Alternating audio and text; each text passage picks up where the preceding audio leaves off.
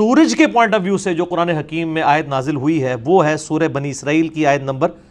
78 کہ ہماری نماز کی جو ٹائمنگز ہیں وہ سورج کے اوپر ڈیپینڈنٹ ہے۔ اعوذ باللہ من الشیطان الرجیم، بسم اللہ الرحمن الرحیم۔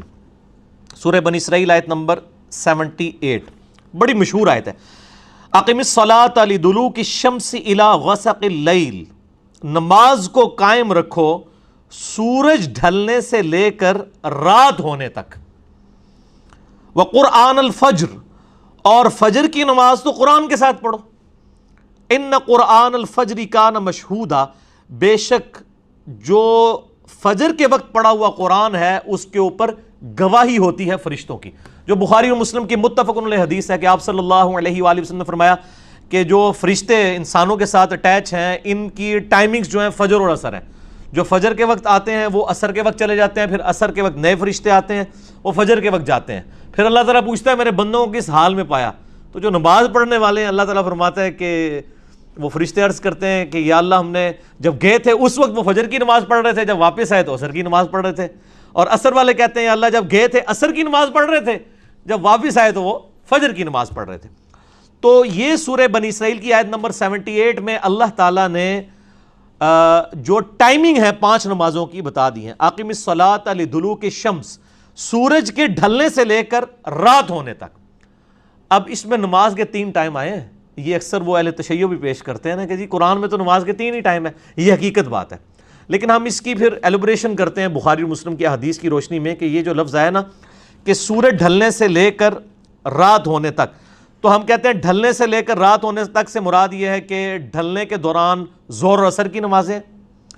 اور رات ہونے سے مراد مغرب اور عشاء ہے کیونکہ غروب آفتاب کے ساتھ ہی رات شروع ہو جاتی ہے، اور فجر کا تو علیحدہ سے ذکر ہے۔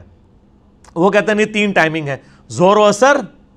مغرب و عشاء اور فجر۔ وہ بھی بات ٹھیک ہے، صحیح مسلم میں اوپر تلے 10 حدیثیں میں نے بیان کی ہیں 1633 سے لے کے آن ورڈ کہ نبی صلی اللہ علیہ وآلہ وسلم نے، ابن عباس کہتے ہیں بغیر خوف کے، بغیر بارش کے، بغیر سفر کے مدینہ شریف میں ہمیں ظہر و عصر کی نماز جمع کرائی اور مغرب اور عشاء کی۔ تو پوچھا گیا کیوں؟ تاکہ امت کے لیے اس حوالے سے آسانی ہو جائے، اور میں نے یہ اکثر اوقات یہ یعنی حدیث بیان بھی کی ہے اس حوالے سے تاکہ کسی کو کوئی کنفیوژن باقی نہ رہے۔ تو یہاں پہ یعنی 3 نمازوں کے ٹائم ہو گئے، ظہر و عصر کا ایک ٹائم، مغرب اور عشاء کا اور فجر کا، پھر بیچ میں ڈویژن جو ہے وہ احادیث میں آئی، اور وہ ہمارے اہل تشیع بھائی بھی کہتے ہیں کہ جی الگ وقت میں پڑھنا افضل ہے، ظہر عصر کو جمع کرنا جواز ہے، ہم بھی کہتے ہیں جواز ہے، افضل یہ ہے کہ الگ پڑھا جائے۔ تو یہ نماز کی ٹائمنگ جو ہے سورج کے اعتبار سے اللہ تعالیٰ نے مینشن کر دی۔ پرانے زمانے میں لوگ دھوپ گھڑی بنایا کرتے تھے، مثال کے طور پہ بال پوائنٹ ہے، اس کو آپ زمین میں بالکل سیدھا گاڑ دیں تو سورج کی اورینٹیشن کے دوران اس کا سایہ جو ہے وہ اپنے ٹریک میں سب سے کم جو ہوتا ہے نا اس کو ہم سایہ اصلی کہتے ہیں۔ گرمیوں میں تو تقریباً وہ 0 ہی ہو جاتا ہے، اس کو کہتے ہیں سایہ اصلی سایہ، اور سردیوں میں وہ بڑا ہوتا ہے کیونکہ سردیوں میں سورج جو ہے وہ آلموسٹ مشرق سے مغرب جاتے ہوئے افق کی طرف جھک کے جاتا ہے، گرمیوں میں بالکل اوپر سے جاتا ہے اس لیے چھوٹا سایہ ہوتا ہے۔ تو وہ جو سایہ اصلی ہے نا، جیسے ہی سایہ اصلی آئے اور وہ کراس ہو جائے اس کو ہم کہتے ہیں زوال آفتاب، یعنی سورج جو ہے صبح جو طلوع ہوا اس سے لے کر غروب تک یہ جو پورا ٹریک ہے اس کے سینٹر کو جسٹ کراس کر گیا، زوال کہتے ہیں گرنے کو، ہمارے ہاں تو زوال کہتے ہیں مکرو ٹائم کو، وہ مکرو نہیں ہوتا ٹائم، وہ دہو کبرا ہوتا ہے مکرو، وہ مسئلہ نمبر 30 میں نے بتایا۔ تو جیسے ہی وہ کراس کرتا ہے تو وہ زور کا وقت داخل ہو جاتا ہے، پھر جب اس کا سایہ اس کے اپنے اوریجنل سائے کے برابر، جیسے یعنی اس کا یہ سایہ خود اتنا ہوگا پلس سایہ اصلی ہو تو وہ عصر کا وقت داخل ہو جاتا ہے ٹل پھر غروب آفتاب تک، اور پھر مغرب کا وقت جو ہے وہ شفق یعنی وہ سرخی غائب ہونے تک رہتا ہے،